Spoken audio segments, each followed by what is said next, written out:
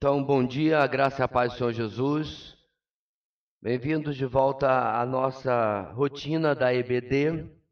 Na semana passada, nós tivemos, é claro, um intervalo com a presença do nosso preletor da conferência, a 8ª Conferência Teológica Sola Escritura, nos abrilhantando também na EBD. Ele deu, inclusive, continuidade no assunto da conferência.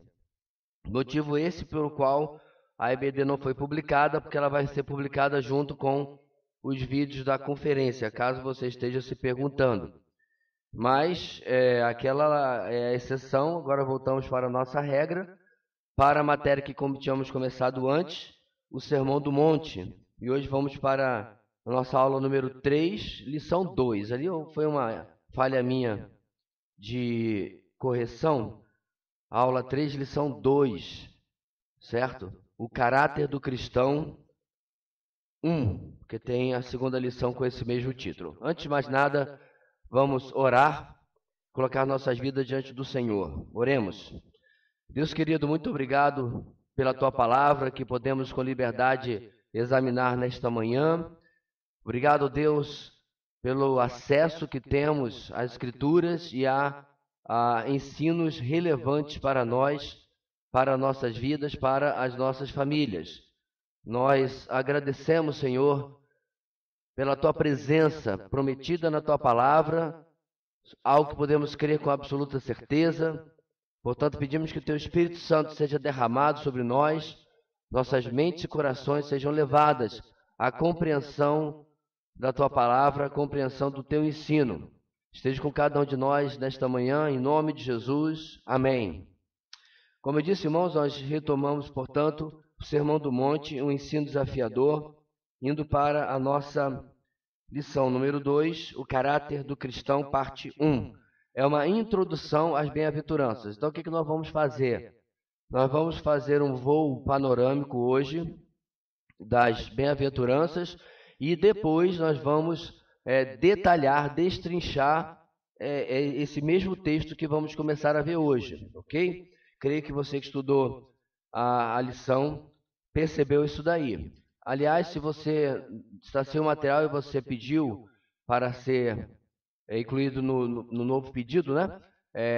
Já chegou, já está lá na livraria à sua disposição. Vamos lá, irmãos. Bem, hoje começamos a estudar a primeira parte do Sermão do Monte, as bem-aventuranças, que demonstram o tipo de caráter que Cristo espera dos seus discípulos no dia a dia, que é bem diferente das qualidades que o mundo exige hoje.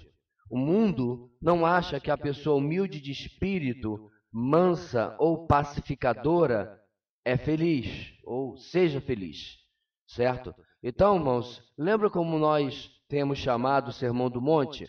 A contracultura do reino. É o sentido oposto daquilo que a sociedade, aquilo que o mundo tem tentado colocar sobre as pessoas. Então, só para lembrar alguns ensinos, quando o Sermão do Monte vai ensinar sobre perdão, você não encontra isso no mundo. Você não encontra isso na sociedade.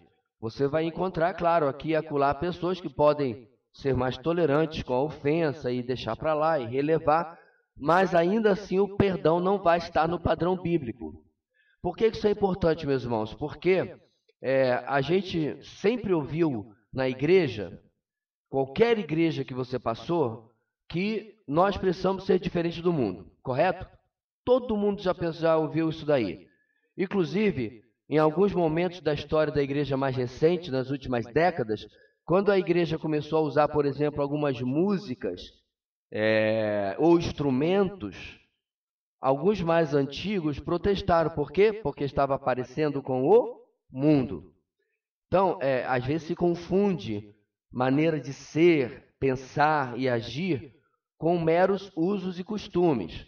Então, talvez você não saiba, mas há bastante tempo atrás houve resistência para incluir o violão dentro das igrejas. Algumas nem piano, só órgão. Aquele lá que na minha igreja onde eu me converti tinha que pedalar. porque não era elétrico, né?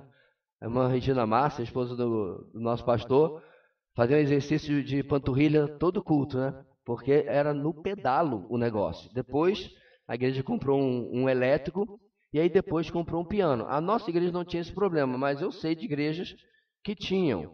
E aí não podia depois entrar o violão, porque violão era coisa de hippie, violão era coisa de roqueiro, entendeu? As igrejas tiveram essas resistências, mas qual era o pensamento que estava por trás, irmãos?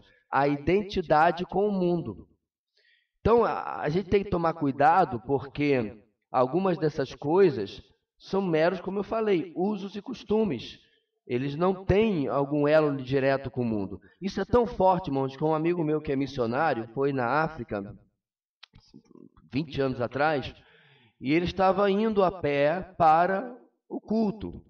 E lá longe ele ouvia um batuque. Batuque do... Fugiu agora qual é o nome daquele tambor bem grandão assim? Atabaque. E o barulho do atabaque ali, aí ele já começou a repreender em nome de Jesus. Mas é normal de se esperar isso aqui, né? Ele está na África mesmo, a macumba veio daqui e tal. Mal sabia ele que o atabaque vinha da igreja. Eram os irmãos que lá no louvor já tinha começado, estavam louvando e estavam lá. Os irmãos viram, né? Como diz a minha sogra, na terra de sapro de cócoras com ele. Então lá estava eu, lá no Moçambique. Meu amigo. Porque a cultura é diferente daquilo que nós estamos acostumados na nossa cultura. Então, precisamos fazer essa separação, irmãos, entre a ideologia, a maneira de pensar, a maneira de enxergar aquilo que a palavra de Deus ensina sobre o comportamento cristão em comparação com o mundo. Temos que separar isso de meros usos e costumes. Eu não estou dizendo que vale tudo. Eu acho que há determinadas coisas, irmãos, que elas não são em si pecado, mas elas não transmitem a ideia correta. Ok? Há de se ter um certo senso sobre aquilo que a gente está usando, né? Eu tinha uma igreja aqui, underground, né? Que eu vi o vídeo lá deles, era assim: Jesus! Eu só entendia Jesus. É aquele thrash metal, né? Aquela coisa tão... Não dá para entender absolutamente nada que o camarada cantava, não sei nem se ele entendia, certo? Então, às vezes, alguns, particularmente jovens, querem dar uma roupagem tão contemporânea que algumas pessoas não conseguem fazer a separação entre uma coisa e outra. Bem, voltando para o slide, irmãos, nos termos do mundo, para ser feliz, a pessoa tem de procurar seus próprios direitos, buscar realização pessoal a todo custo, sem pensar em quem pisa para alcançar objetivos e felicidade. Mas Cristo, nesse trecho do sermão, mostra que a verdadeira felicidade é bem diferente. Seu padrão de vida para os discípulos entra em choque com os padrões do mundo. E isso nós vamos ver, meus irmãos, vez após vez nas Escrituras. Vou ter que dar muito parada aqui, porque o remédio que eu estou tomando deixa a boca muito seca. Mesmo hoje, que nós vamos ver na série em Gênesis, nós vamos ver que Moisés seleciona um acontecimento muito específico. Depois de terminar o arco entre Jacó e Esaú, alguém poderia inclusive dizer, a lógica seria passar logo para a história de José, que é o que interessa, mas há alguns acontecimentos que estão lá que têm dois objetivos. Mostrar para os leitores, eu já estou dando spoiler da mensagem de hoje, mas mostrar para os leitores primeiros, quem eram os primeiros leitores de Gênesis? O povo no sopé do Monte Sinai. Nunca você pode esquecer isso na leitura de um texto. Então você está lendo lá Oséias. Para quem Oséias está escrevendo em primeiro lugar? Daí parte a sua hermenêutica, daí parte a sua interpretação. Caso contrário, você vai trocar as coisas e botar a carroça à frente dos bois. Então você tem que lembrar que Moisés, em primeiro lugar, o objetivo dele é o povo ao redor do Sinai, ali na planície, para quem ele quer alertar o que vai esperá-los pela frente quando entrarem em Canaã. Então, o primeiro objetivo do texto ali é mostrar a diferença entre os povos cananeus e o povo da aliança, que ali era representado pelo clã de Jacó unicamente. Outro objetivo do texto tem a ver com aquilo que nós estamos vendo aqui na nossa lição. É mostrar a diferença entre aquele que anda com Deus e aquele que não anda. Agora, Gênesis nos surpreende várias vezes, irmãos, e a Bíblia toda tem isso. Quantas vezes aquele que anda com Deus anda igual ao que não anda? Foi muito anda, você se perdeu? Como aquele que é servo de Deus, muitas vezes se comporta como aquele que não é servo de Deus. A Bíblia está repleta disso, irmãos, repleta. Davi é um caso em que ele está indo muito bem, mas aí tem tropeços enormes que não se esperaria do salmista de Israel, do pastorzinho de Israel, do homem segundo o coração de Deus, e todos esses títulos que Davi tinha, certo? O que serve para nós, irmãos, de um enorme alerta para sermos, número 1, graciosos com os erros dos nossos irmãos, e número 2, alertados pelos nossos próprios erros, ok?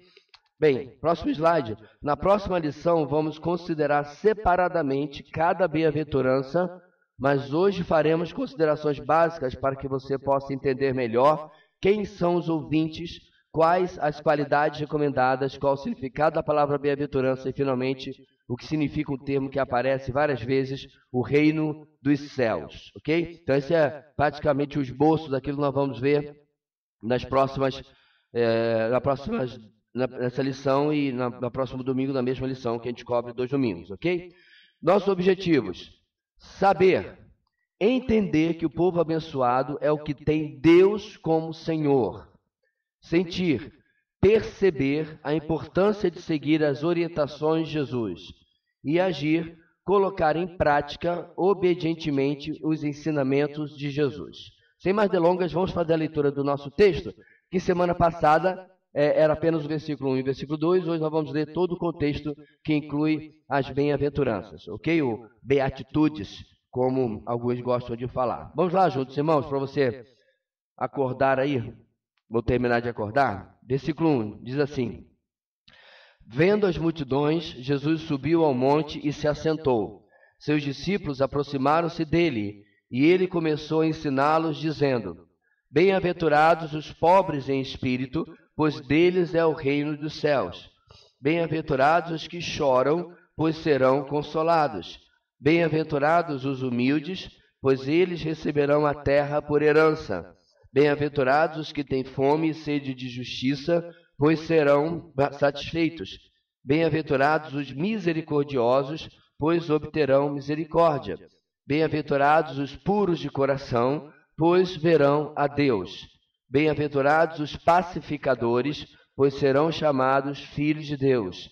Bem-aventurados os perseguidos por causa da justiça, pois deles é o reino dos céus. Bem-aventurados serão vocês quando, por minha causa, os insultarem, os perseguirem e levantarem todo tipo de calúnia contra vocês.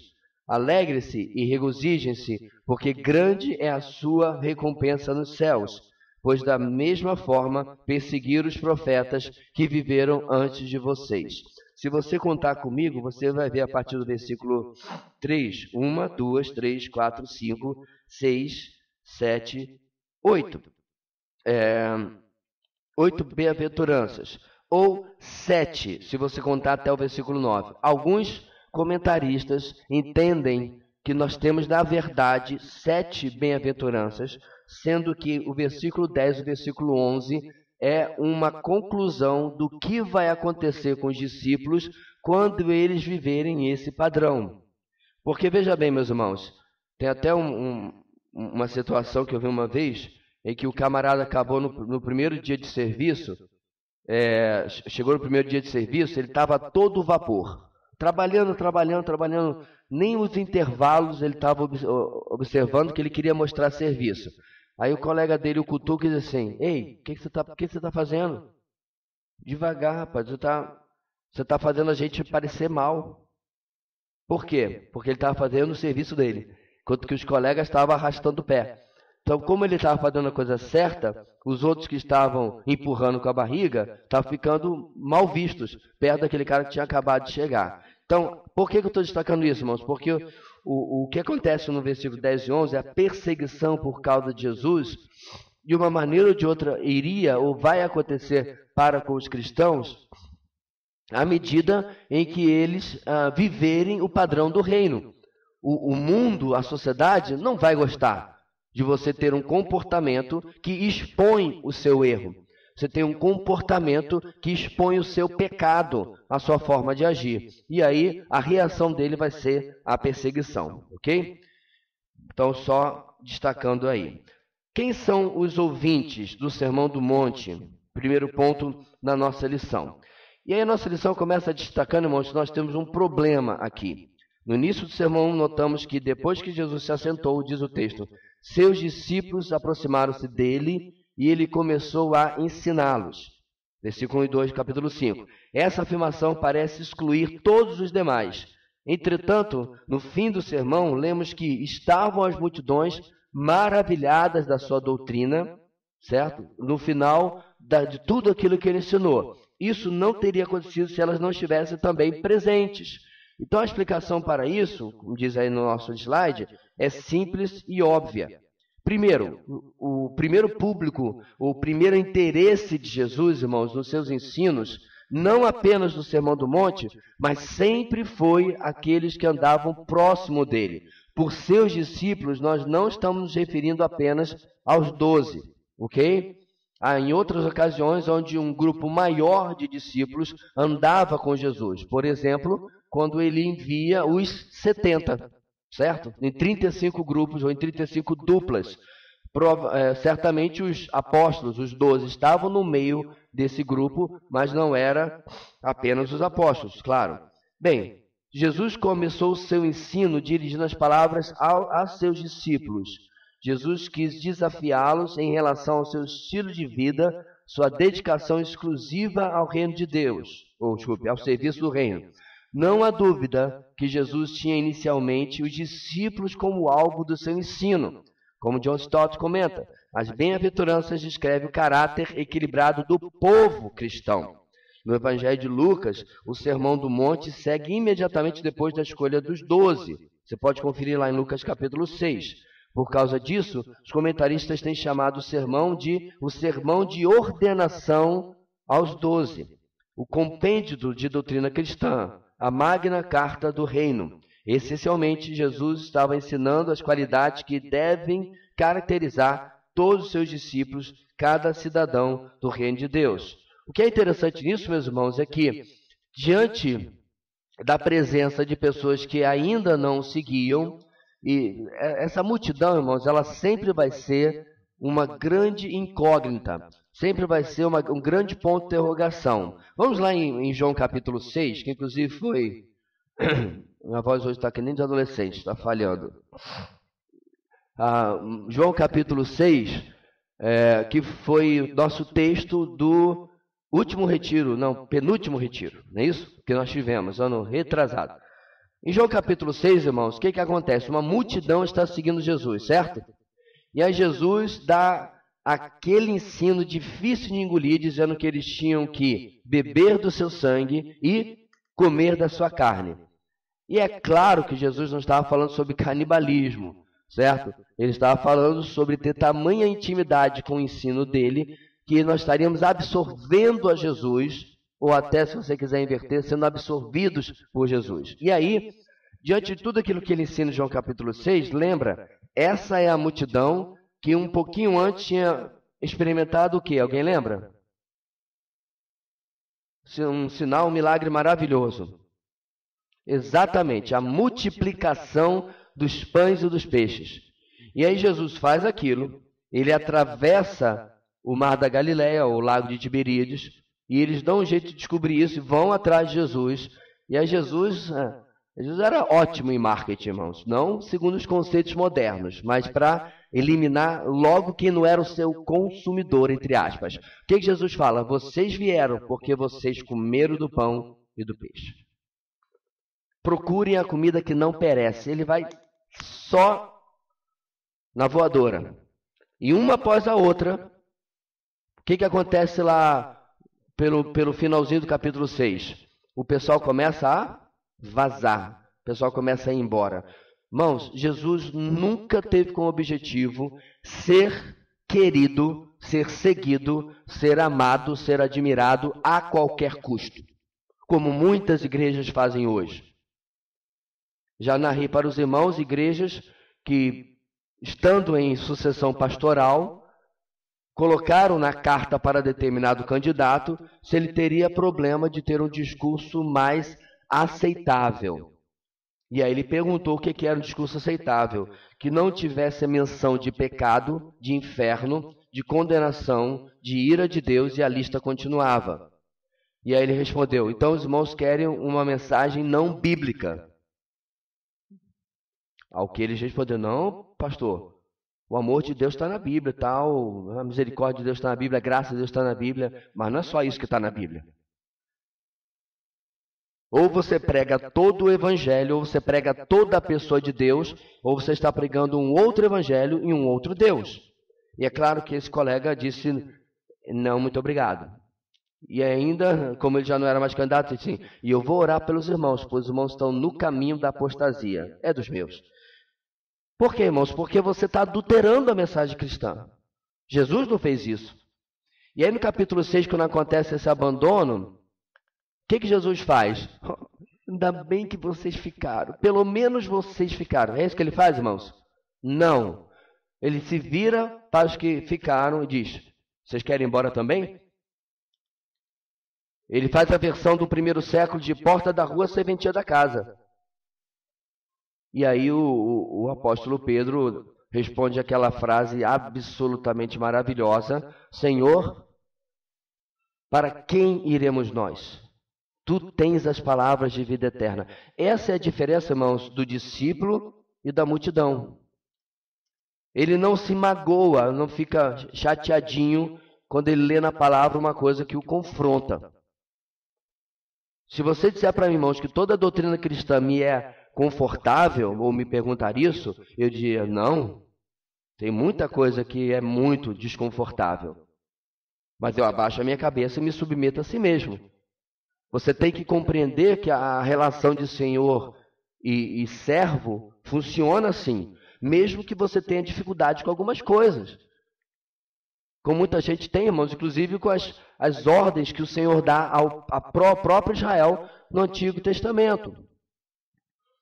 Conquistem tal cidade, matem tudo. Desde aquele gatinho bonitinho, fofinho, chamado Snowflake ali, até o homem pior daquela cidade. Matem tudo. E eu já conheci muito crente que tem problema com isso. Porque ele quer um Deus que ele aceita até determinado ponto, mas a partir de uma coisa que ele não gosta, que ele não concorda, ele não quer. Um ser humano que tem uma compreensão tão limitada da vida quer questionar por que Deus ordenou isso ou aquilo. Porque não precisa ser um gênio para entender por que ele ordenou, né, irmãos? É só você acompanhar depois de Josué o que acontece em Juízes e você vai perceber que se eles tivessem obedecido ao Senhor, muito provavelmente Juízes seria bastante diferente. Mas eles não fizeram isso, eles deixaram os povos com as suas idolatrias de prostituição habitarem no meio, entre uma cidade e outra, entre uma tribo e outra. E aí você já passou pela exposição de Juízes todinho nesta igreja para saber que desgraça que isso foi, né? Inclusive, de novo, tem a ver com a mensagem de hoje à noite. Vamos deixar isso aqui, vamos abrir em Gênesis, não estou brincando. Seguindo, irmãos, uma frase que aparece em Mateus 6,8 enfatiza essa verdade. Não sejam iguais a eles. No contexto, Jesus estava ensinando sobre oração, fazendo uma comparação com os fariseus que gostavam de chamar atenção ao seu modo hipócrita de orar em público. Os verdadeiros discípulos tinham de ser diferentes daqueles que estavam fora do reino, diferentes dos pagãos que não queriam ter nada com o evangelho, mas diferentes também dos crentes nominais, dos hipócritas religiosos, diferentes daquelas pessoas que Paulo descreve em 2 Timóteo 3, 5. Tendo aparência de piedade, mas negando o seu poder. Irmãos, de novo, por muito tempo, os cristãos primaram muito mais pelo exterior. Você quer ver só? Eu acho que passou alguém aqui atrás na gravação e eu acho que estava de bermuda. Eu me lembro, irmão, de uma vez que eu estava com uma irmã que veio de uma igreja neopentecostal. Eu fui visitá-la no seu trabalho porque ela estava um pouco ausente e eu não podia ir na sua casa porque ela morava sozinha. Eu estava perto, passei lá e ela falou que estava indo para uma outra congregação porque ela estava escandalizada. Eu falei, mas escandalizada com o quê, irmã? Na verdade, não foi essa a primeira razão, mas depois ela mencionou isso. E ela estava escandalizada porque em determinada sexta-feira, isso é 15 anos atrás, eu estava com uma bermuda, irmãos, que você tinha que decidir se a bermuda era uma bermuda comprida ou uma calça pescando siri. Sabe como é que é a calça pescando siri? Botar aqui no meio da canela. Ela que estava usando na época era uma bermuda longuíssima, que ia até aqui no meio da canela. E no culto de sexta-feira, um culto menor, um culto mais íntimo nosso, nós estávamos assim. O que não era, inclusive, meu costume, mas naquela sexta-feira eu estava. Qual o problema dessa irmã? Ela confunde exterior com espiritualidade. Eu já tive gente que me questionou porque eu não uso terno e gravata.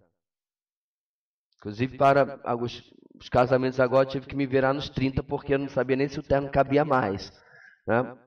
Gente que questiona tudo quanto é tipo de forma que ele está acostumado. Já questionaram visitando a nossa igreja porque não tem prelúdio.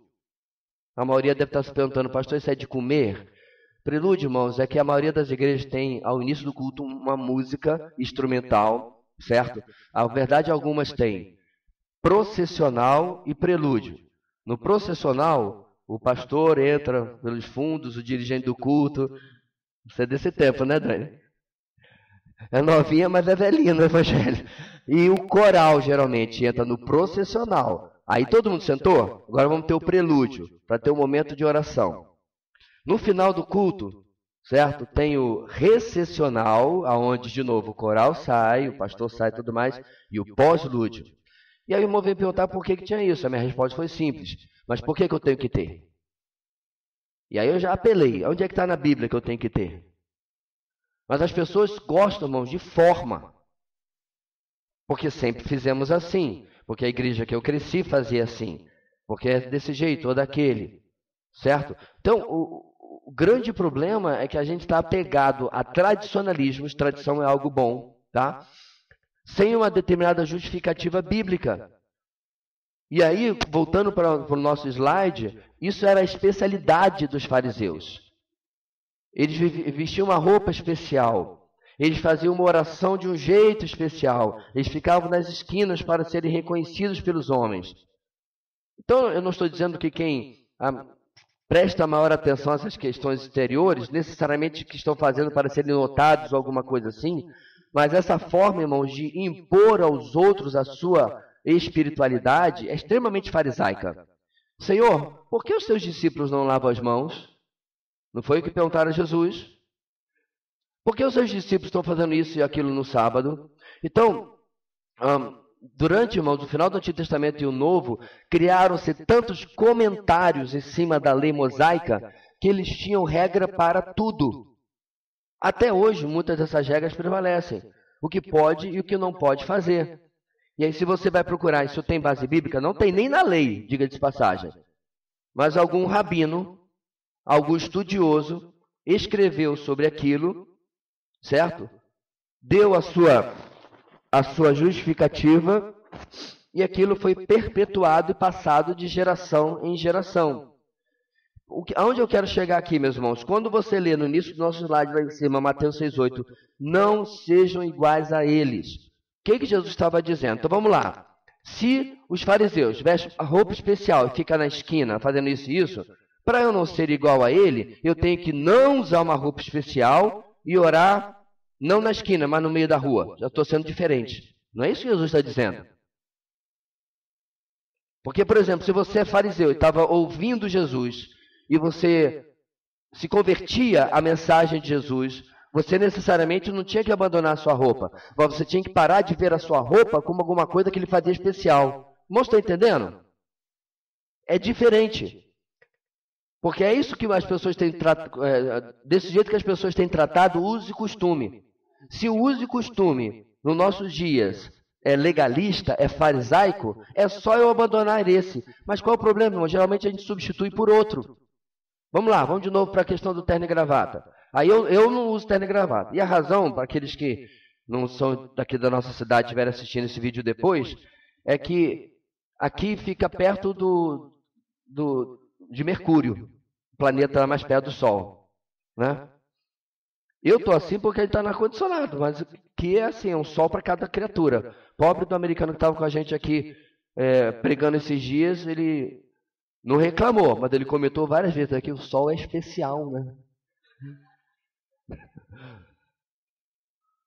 A gente entrou na fila da insolação várias vezes e foi sorteado várias vezes. Então, não faz sentido, por causa do clima, usar uma roupa que não tem condição, é quente demais.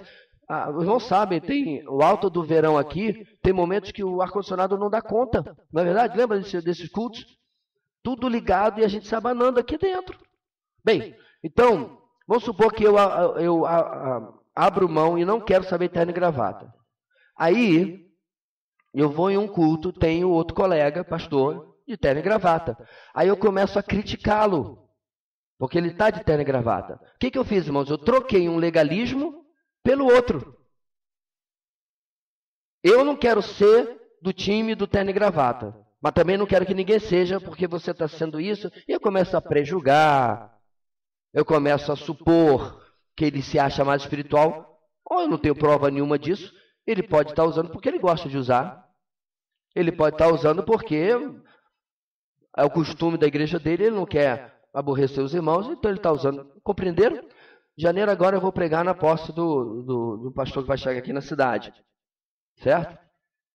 Como diz a minha sogra é muito sábia. Na terra de sapo, cócora com ele. Posse de pastor é uma reunião solene para aquela igreja. Eu não vou aparecer de jeans e camiseta né?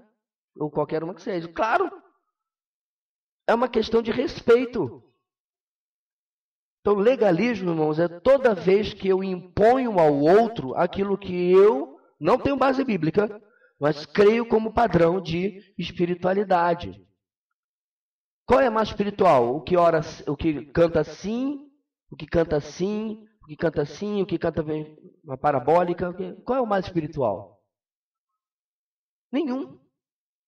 Todos. Depende de como está o seu coração.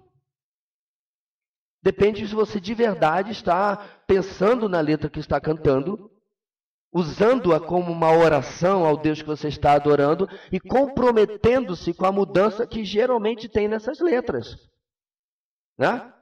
Se é uma letra que confronta a nossa natureza pecaminosa, que fala do Evangelho, eu devo adorar, essa é a adoração, irmãos, em espírito e em verdade, viu? Eu devo me comprometer em vida com aquilo que eu estou cantando. O que é exterior, pouco importa. Então nós precisamos compreender, meus irmãos, que não sejam iguais a ele é o coração e o objetivo interno que está movendo você a determinado comportamento, dessa ou daquela forma, ok?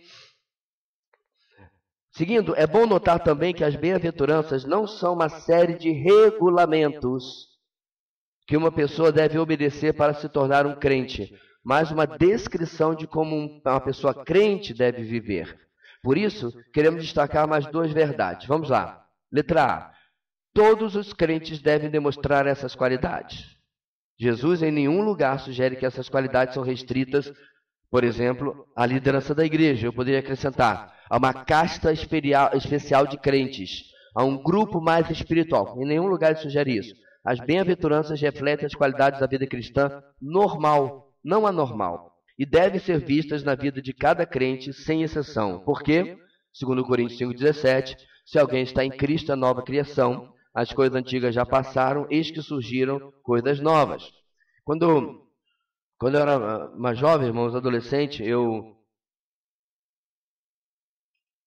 comprei um livro, e o nome do livro era assim, A Vida Cristã Normal. Foi escrito por, já mencionei várias vezes, um cristão chinês que passou a maior parte da sua vida na prisão, Watchman Nee. Nem tudo que ele escreveu eu assinaria embaixo, mas boa parte são livros muito bons. E eu li a Vida Cristã Normal. Quando eu terminei já o primeiro capítulo, eu perguntei, se essa é a vida cristã normal, eu estou vivendo o quê? Era mais ou menos como se alguém dissesse, a vida do atleta amador normal é correr 5 quilômetros todo dia. Aí eu ia dizer, eu não sou um atleta amador normal, que eu não consigo correr 5 quilômetros todo dia. Então ele colocava, meus irmãos, veja bem, ele não colocou o padrão, não tinha nada de... Não, o cristão normal fica tendo visões, o cristão normal fica vendo o sobrenatural, nada disso tem no livro, nada. O que o livro fala, meus irmãos, é que, por exemplo, a vida cristã normal é daquele que perdoa, assim como em Cristo tem sido perdoado. Que novidade tem nisso? Está na tua Bíblia o tempo todo. Mas o que ele está destacando, irmãos, é que a gente, às vezes, fala assim, esse texto é muito bom, mas esse texto assim é para o irmão Carlos, porque ele é missionário, né? Ele está numa casta superior aí de crente. Por que eu faço isso? Porque se eu coloco o irmão que consegue fazer o que a Bíblia está dizendo num andar superior, eu tenho uma desculpa para mim, né? Eu sou dente de leite. Eu não consigo fazer isso aqui. Eu sei que a Bíblia está ordenando, mas aí a gente começa com aquelas coisas bem espirituais. Mas o Senhor sabe da nossa limitação. O Senhor sabe que nós somos pó. E blá, blá, blá. É um papo furado, meus irmãos, que eu penso que Deus fica lá do trono dizendo assim, mas que cara de pau. Como é que ele tem coragem de dizer uma coisa dessa? Porque não é para uma casta especial, não é para um grupo especial. Todos os crentes devem demonstrar, por exemplo, essas qualidades que nós temos nas bem-aventuranças. Mas não é só isso. Olha a letra B. Todos os crentes devem demonstrar todas essas qualidades. Não apenas devem demonstrar essa, mas todas elas. Não existem 8 grupos separados e distintos de discípulos, alguns dos quais são mansos, enquanto outros são misericordiosos e outros ainda chamados para suportar perseguições. São antes 8, no caso, o autor está dividindo em 8 bem-aventuranças, não 7, né, como eu mencionei antes. São antes 8 qualidades do mesmo grupo de pessoas que, ao mesmo tempo, são mansas e misericordiosas, humildes de espírito, limpas de coração, choram e têm fome, são pacificadoras e perseguidas. John Stott. Alguns crentes são extrovertidos, outros introvertidos. Alguns enfrentam os problemas de maneira positiva, enquanto outros de maneira negativa. Ninguém sugere que todos nós temos de ter o mesmo temperamento ou os mesmos dons. As bem-aventuranças não falam de dons nem de temperamento, mas das características que devem ser vistas na vida daquele que pertence ao reino de Deus. Então, irmãos, quando nós começamos o estudo assim, a gente já tem uma prevenção em começar o texto de Mateus capítulo 5, pensando em nos excluir de alguma coisa, certo? Então, Senhor, eu entendi isso aqui, mas esse negócio de ser misericordioso é muito complicado. E aí a gente explica para Deus, né? Porque você sabe, Deus não entende essas coisas. É porque o Senhor não conhece o meu marido. O Senhor não conhece a minha mulher. O Senhor não conhece os meus filhos. O Senhor não conhece os meus pais. O Senhor não conhece o meu pastor. O Senhor não conhece a minha igreja. Você não conhece.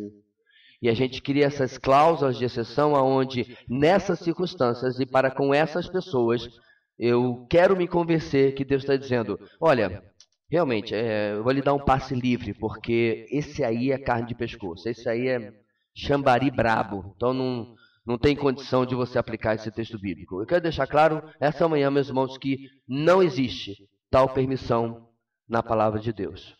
Então, à medida que nós formos os próximos 4 domingos, né? 3, 4 com esse daqui, examinando globalmente as bem-aventuranças e depois uma a uma, eu preciso gravar na minha mente, isto é para mim. Qual a melhor forma de eu fazer isso? Comece a pensar aonde Deus espera que você seja misericordioso. Aonde Deus espera que você seja, por exemplo, manso na sua experiência.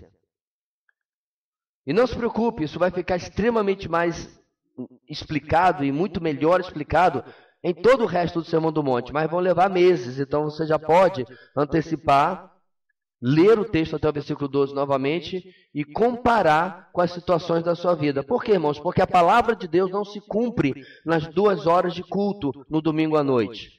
Ou na hora e meia, 2 horas de EBD no domingo pela manhã. A palavra de Deus não se cumpre quando você se reúne com o seu grupo de vida. Lá é fácil. Muito mais fácil. A palavra de Deus se cumpre na sua família, no seu ambiente de trabalho, que são os 2 lugares onde você passa a maior parte do seu tempo. A exceção, é claro, aqueles que estudam, que você pode incluir isso aí também. É lá que você é testado. É lá que a contracultura do reino vai entrar em choque com aquilo que o mundo está lhe oferecendo. Certo? Porque você não vai ter, né, só porque você é um crente muito especial, o melhor chefe do mundo, o melhor cônjuge do mundo, e nem você vai ser o melhor funcionário do mundo, também o melhor cônjuge do mundo. Parênteses aqui, meus irmãos. Vocês já pararam para pensar que a gente tem na nossa cabeça, né, assim que, nossa, parece que Deus colocou fulano na minha vida só para me testar. Provavelmente alguém está falando a mesma coisa de você. Não, pastor. Eu sou... Sabe aquele negócio que diz que quando um pecador se arrepende, tem festa no céu? Comigo foi 7 dias. Quando eu me converti, Deus falou, até que enfim.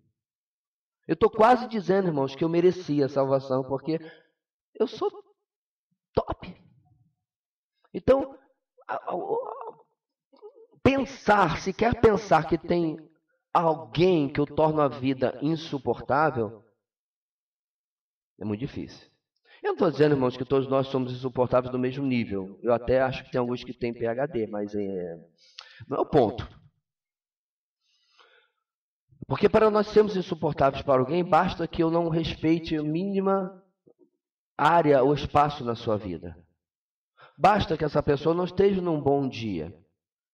Essa semana eu tinha que entrar rápido no supermercado. Essa parte aqui estava com aquela bendita plaquinha, né? Chão molhado. Quando eu venho para cá, o cara está aqui também. Eu pensei cá comigo, o que irrita esse cara menos?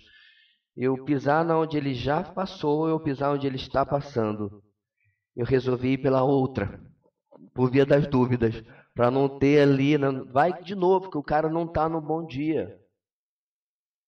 E aí eu saio pisando no chão que ele está passando e aí ele vai dizer assim, vou te contar, tem cada cliente que não tem respeito pelo nosso trabalho. Tá vendo?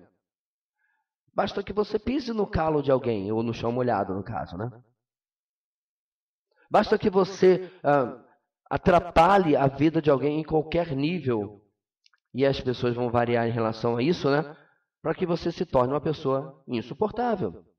Mesmo que você não saiba disso. Você já teve naquela experiência que alguém resolveu fofocar para você, né? Rapaz, eu vou lhe contar, viu? Mas o fulano é isso e aquilo, papapá, e você diz, nós estamos falando da mesma pessoa? Ele é um doce de... Então, para você ele é um doce, mas para o outro, não, é um jiló de amargo. Como é que faz?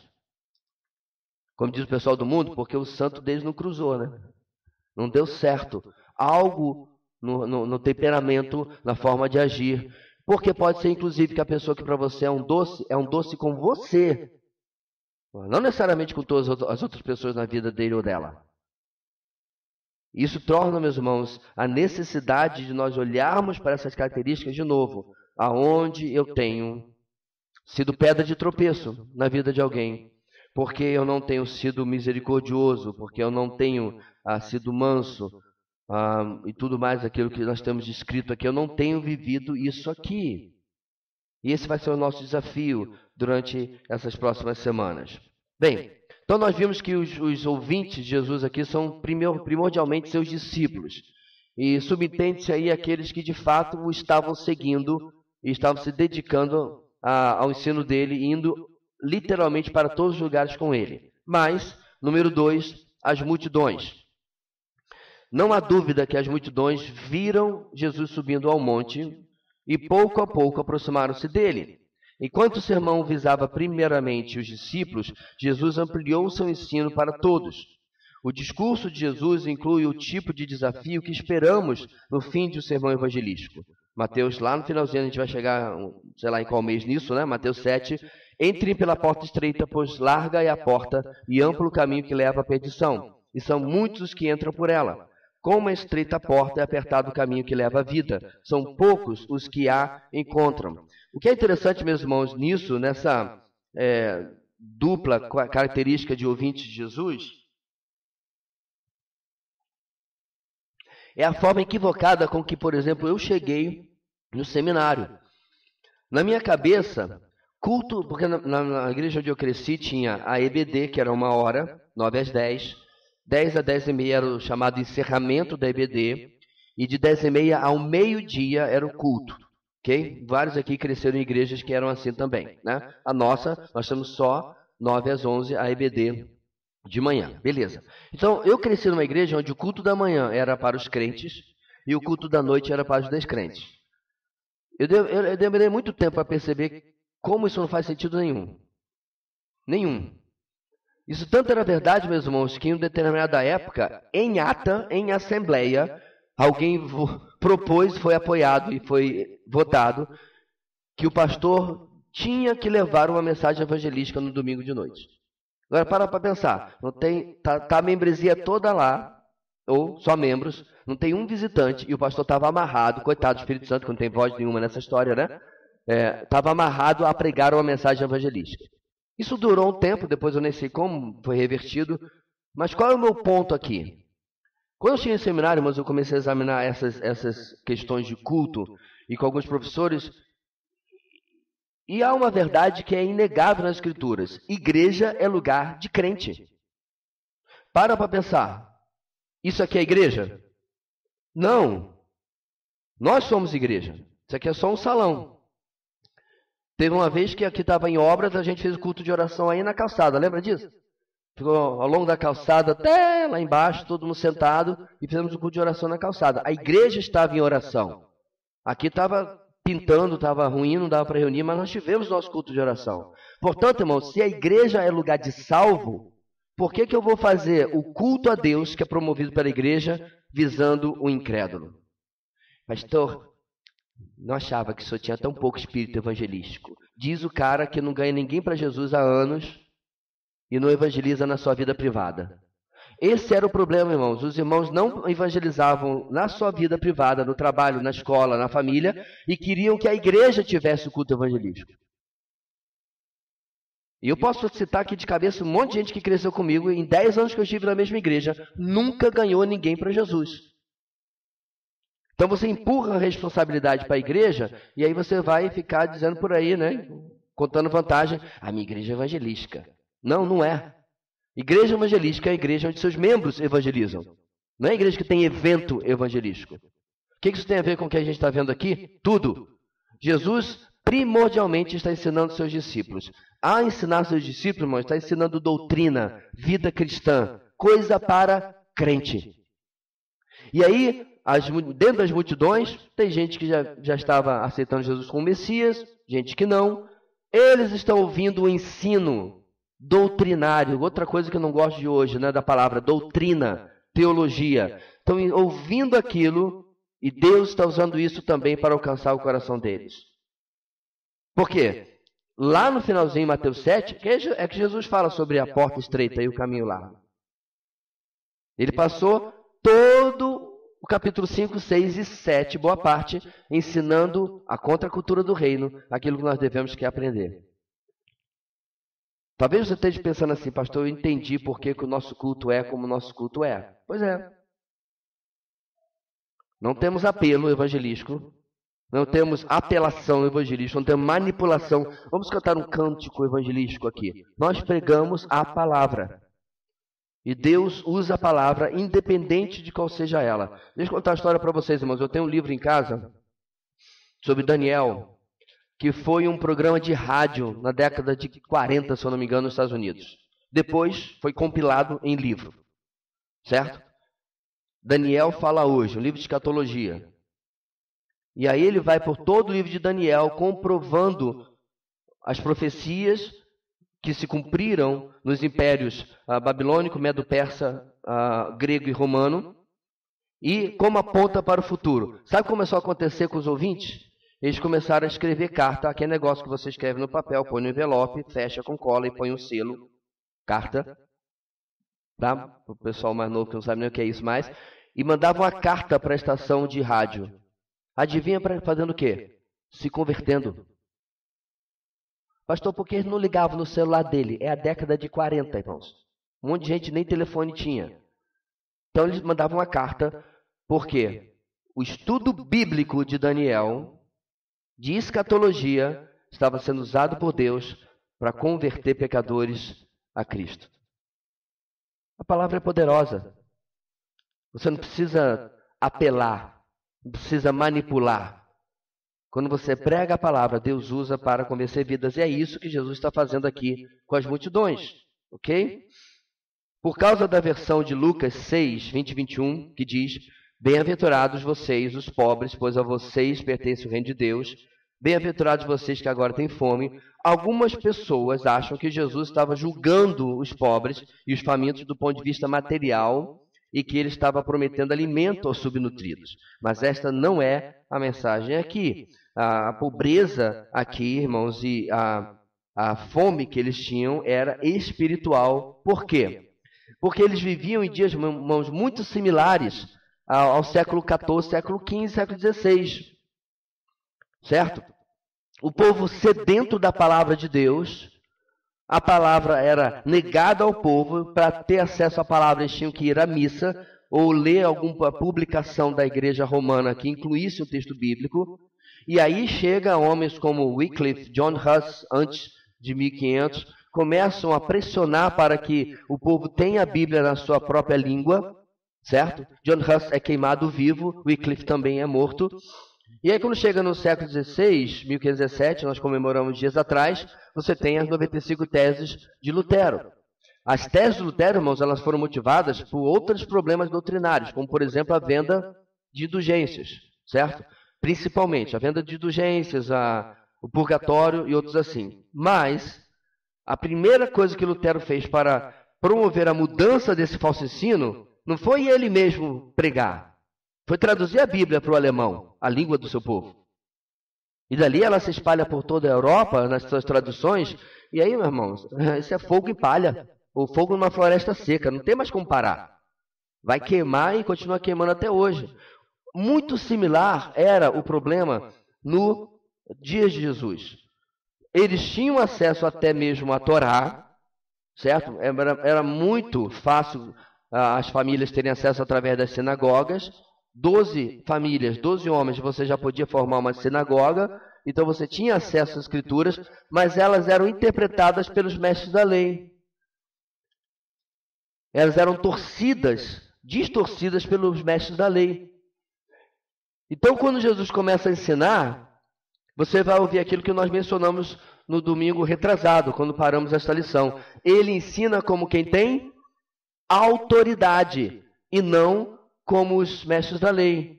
Por que Jesus ensinava como tinha autoridade? Porque ele batia no púlpito? Nem tinha púlpito. Batia na pedra, na rocha, sei lá o quê? Porque ele gritava? Não.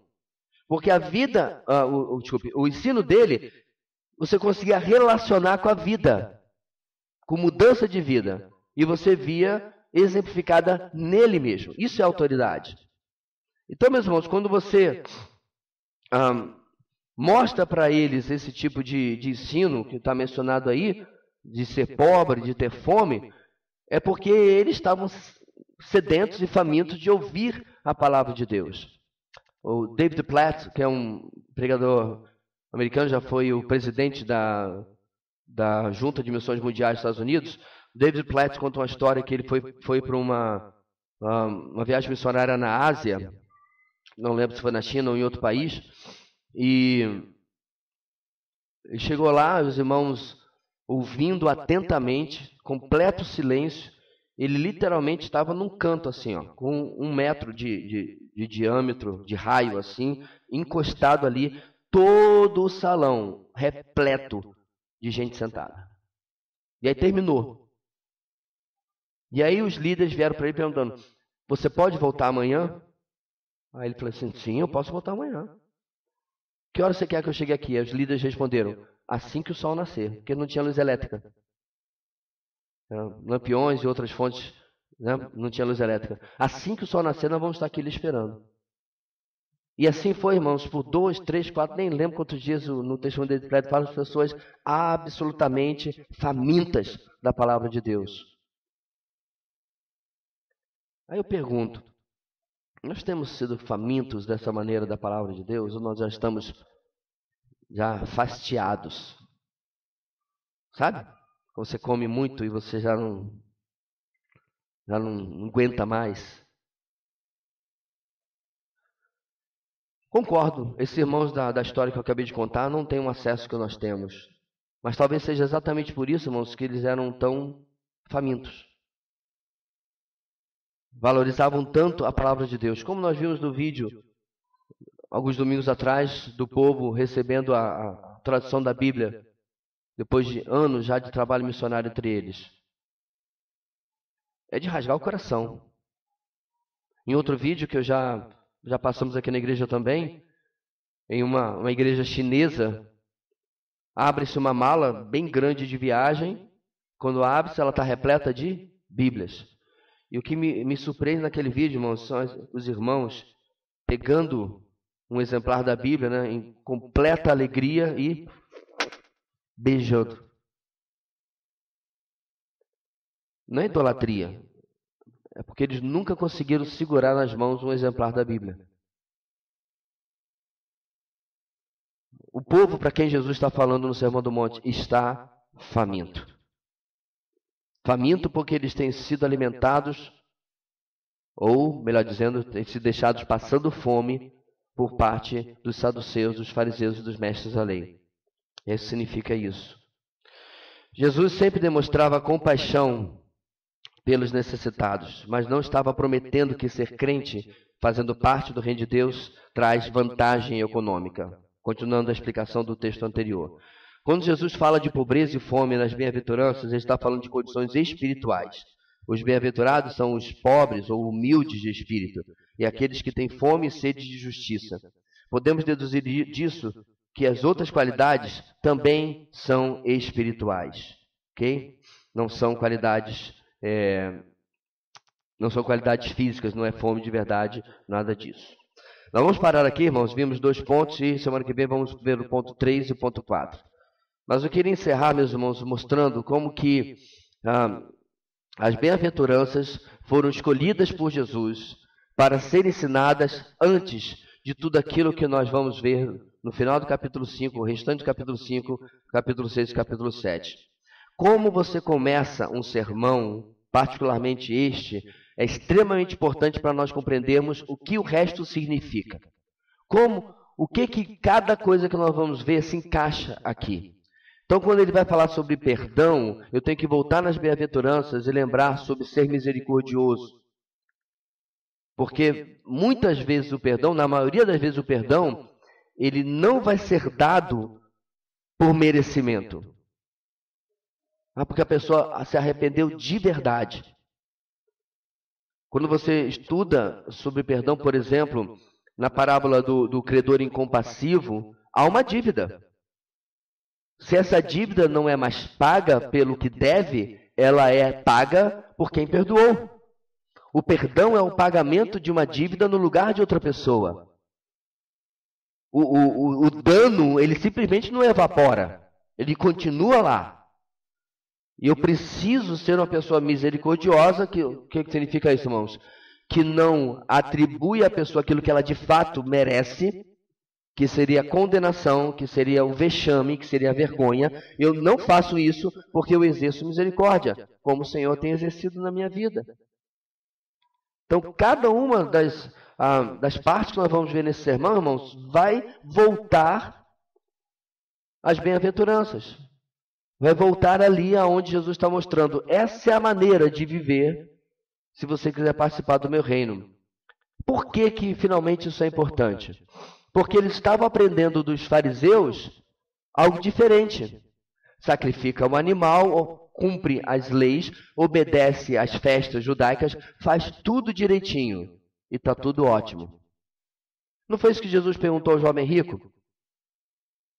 Ele menciona os 10 mandamentos. O que ele responde?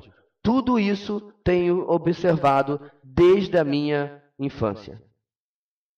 Então, exteriormente, tudo estava certo. Mas interiormente?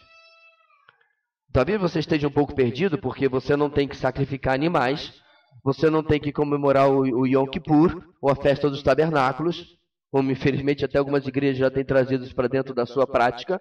Você não tem que fazer nada disso. É verdade. De fato, irmão, você não tem que fazer absolutamente nada. Mas já que nós fazemos algumas coisas para servir a Deus, como prestar um culto, nos reunirmos como igreja, estudarmos a EBD e assim por diante, essas coisas externas não podem tomar no relacionamento nosso com Deus qualquer tipo de troca. Entende? Qualquer tipo de barganha. Porque nós continuamos no relacionamento com Ele debaixo da graça, recebendo sem merecer e não recebendo apesar de merecermos. Recebendo a graça, as bênçãos de Deus sem merecer e não recebendo o castigo, a punição, apesar de merecermos.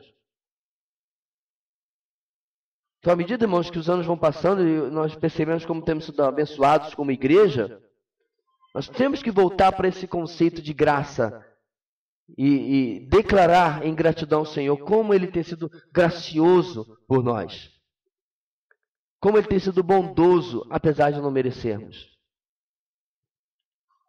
E isso deve gerar em nós, mais do que o desejo, o afã, o anseio de olhar para dentro de nós e perguntar aonde eu não tenho vivido, e a gente não precisa ficar apenas nas bem-aventuranças, eu tenho vivido o fruto do Espírito, por exemplo, que curiosamente também é uma unidade, o fruto do Espírito. Porque o mundo evangélico, irmãos, está acostumado a avaliar a espiritualidade de alguém exteriormente. Ele fala bem, ela canta bem, ele é um grande líder, e assim por diante. O interessante, irmãos, é que homens que marcaram a história, eles eram péssimos oradores. E aí? Nos padrões de muita gente hoje não passaria. Eu não estou dizendo que você tem uma boa oratória, falar um português correto, e de preferência ter uma certa lógica, ou muita lógica naquilo que você fala, não tem o seu valor. É muito complicado você ver uma pessoa que você não sabe que ela está falando de alhos com bugalhos. Não é isso que eu estou falando. Eu estou dizendo, irmãos, que não é esse padrão que a palavra de Deus avalia a mim e a você.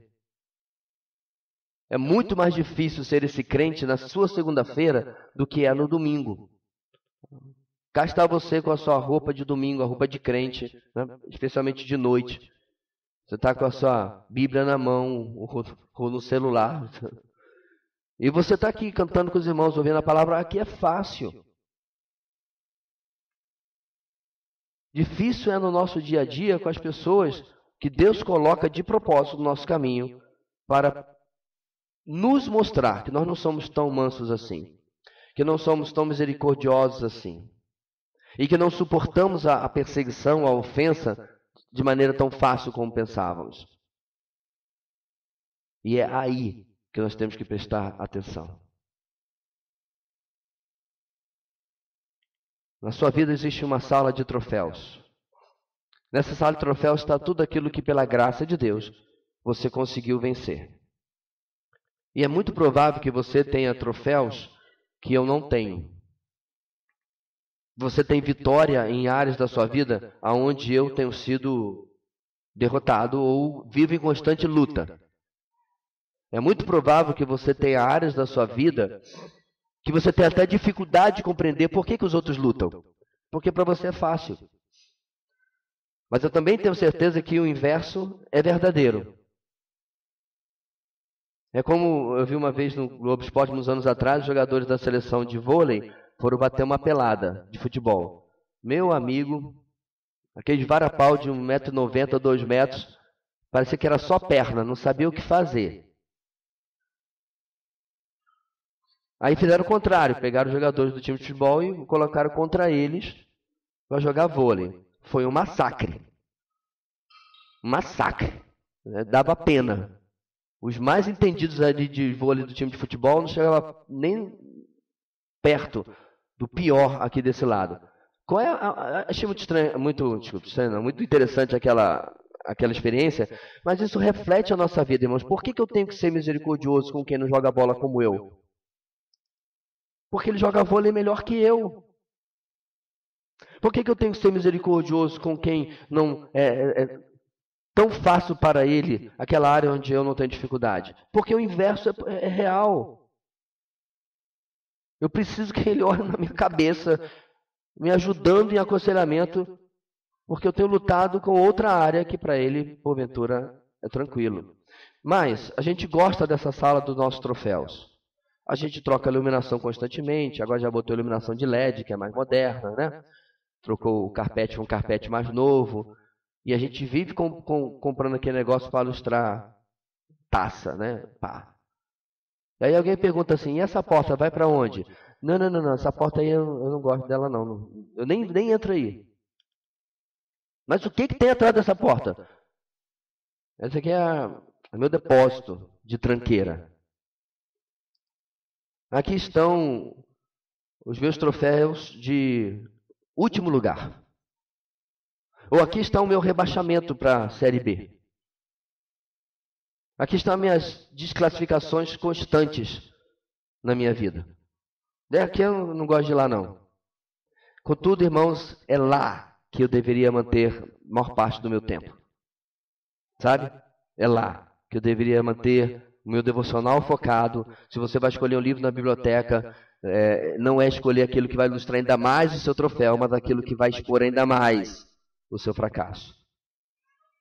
Porque aí é que a gente consegue endereçar, tratar áreas que porventura vão ser tocadas também nas bem-aventuranças. Amém?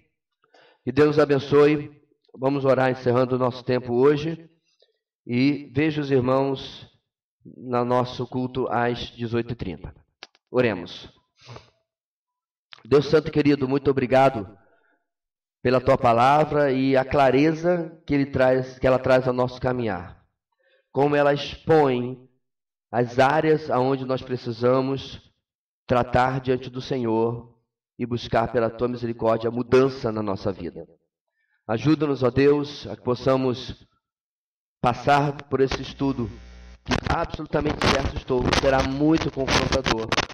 Nós passarmos por ele decididos, dedicados a experimentar as mudanças que o Senhor Jesus objetivou quando ensinou isso pela primeira vez.